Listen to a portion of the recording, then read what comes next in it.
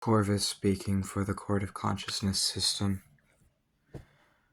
Max recently, and Elysium and Lewis have been trying to be less restrictive with our expression and self-expression of our physical body. We recognize as a D.I.D system that gender is not a stagnant, solid, immobile thing, but as someone who experiences a plurality of being, that also means inherently we experience a plurality of gender. And as such, this explains why there was great confusion for some time in our transmasculine identity. And now, through the lens of Genderfluid, which we have come to know means a person who has more than one sense of gender, this fits us as a D.I.D system, as someone who is not one person, one body, but multiple minds sharing one body and one brain.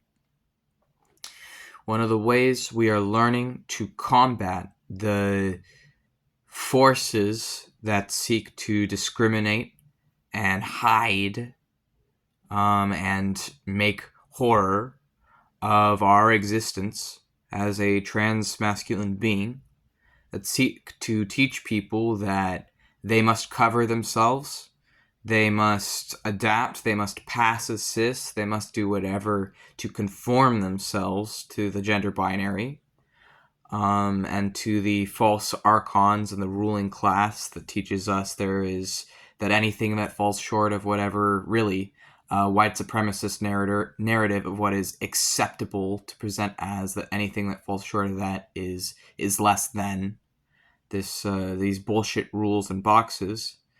Well, recently, our hosts and co-hosts, our host Max and our co-hosts Elysium and Lewis, who front the most often, have started to not bind when we go outside, so not binding our chest to make it appear more flat.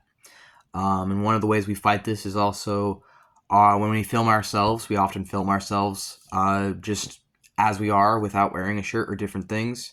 Obviously not showing our chest or different things, but to show that we're here, we exist, we're not going anywhere, and there are men who have breasts.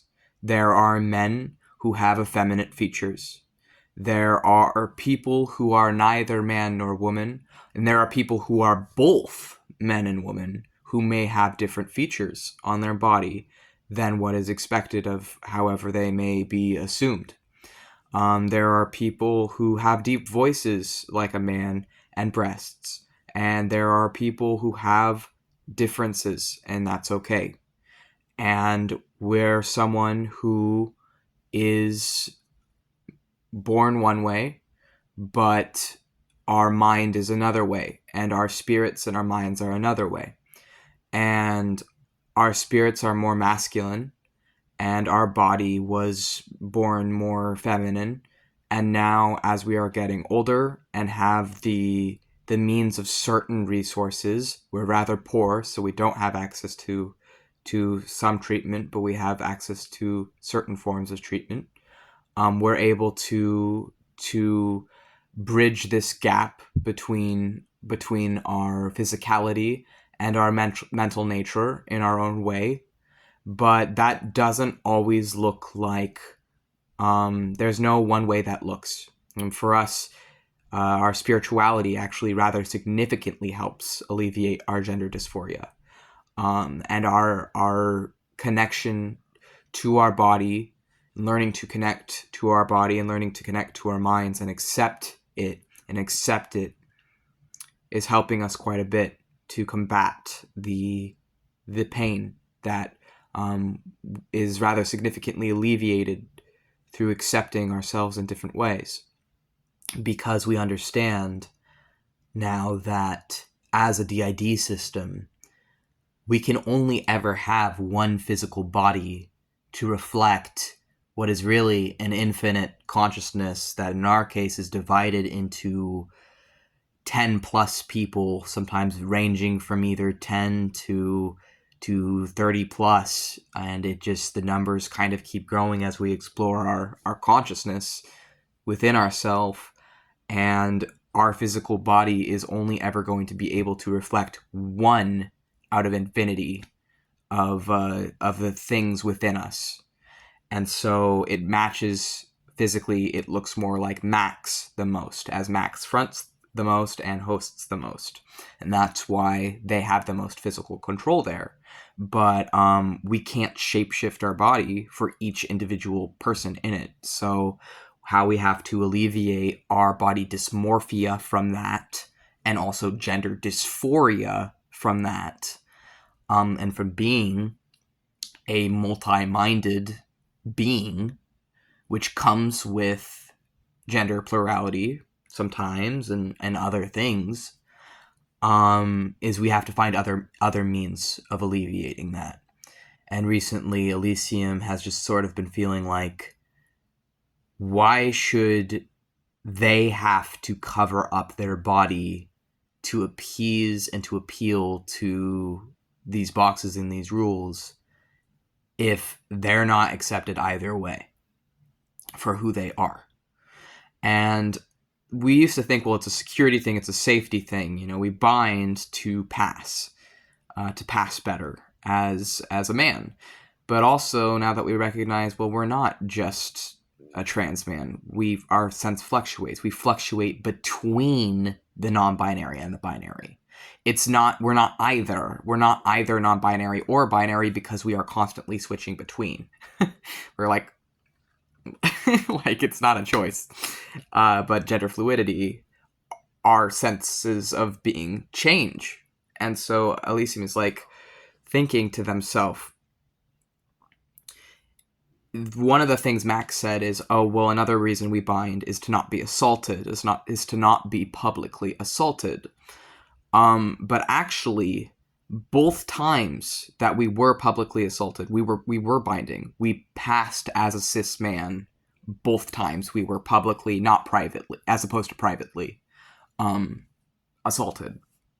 So clearly, in our case, because that's not actually going to make a difference. If someone is going to go assault someone, they're not going to care if that person is flat-chested as opposed to whether they have breasts necessarily. And they saw us as a young man, and they took advantage of us. And when they've seen us as a young woman, they've also taken advantage of us. And so what we're learning is we don't want to have our expression have anything to do with other people. If we bind, we want to be binding exclusively for ourselves and not out of some sense of appeasing others. So Max binds the most often. They bind fairly often, and that's okay. Max sees himself as a trans man, and binding helps alleviate his dysphoria, and that's okay. And if Elysium feels differently in our system and doesn't want to, that's also okay. And if Lewis feels differently and doesn't want to, that's also okay. And if me, as an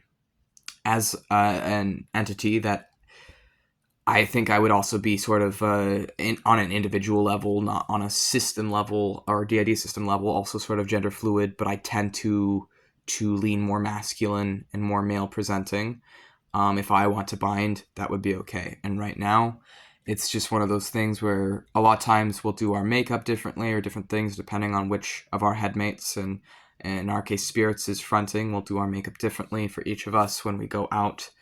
But really, we're here, we exist, and we don't want to keep having to conform ourselves or hide ourselves or do whatever to appease a people who do not care about us, who want to take away our rights, who want to strip us of our humanity, who want to strip us of our personhood, of our autonomy, who aren't going to care what we look like. And passing privilege certainly is a privilege, but it's also not something that transmasculine people are often invisible in discussions of trans identity. We're not seen as much because people tend to either see us as like confused girls or something, or just don't pay attention to us because it's just not as focused on.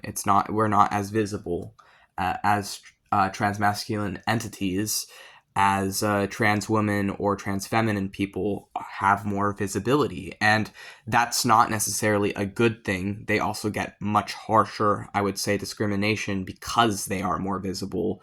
But on the other hand, being more invisible, people don't hear your stories as much, or they don't see the other end of it. And it's hard because we don't necessarily fit into either the non-binary or the binary. We're switching between that. We're switching between both because we're gender fluid, and that can look very, very different. And all gender fluid really means is someone who has more than one gender, more than one sense of their gender. And we can feel very, very strongly one way at one time and then feel equally as strongly a different way a different time. And it is because we don't have one gender, and we understand that now. And we have actually multiple genders, and it changes. And we hope people will learn, because unfortunately people are scared. They want to say that gender diversity, sexual diversity, neurological diversity, people who have disabilities and different things where they perceive the world differently. Anything that is different right now is a threat, is treated as a threat. And those people's lives and autonomy and rights are constantly threatened. And their ability to feel safe is constantly threatened by just seeing the shit of the world and the way people get treated and the constant harassment that is faced. And we're recognizing venom towards the venom of those cruel to us isn't always the answer. And reflecting as a mirror reflects what people spit towards us back at them doesn't change them or help them learn. But we also feel like you can't teach people who don't want to learn or who don't have the eyes to see.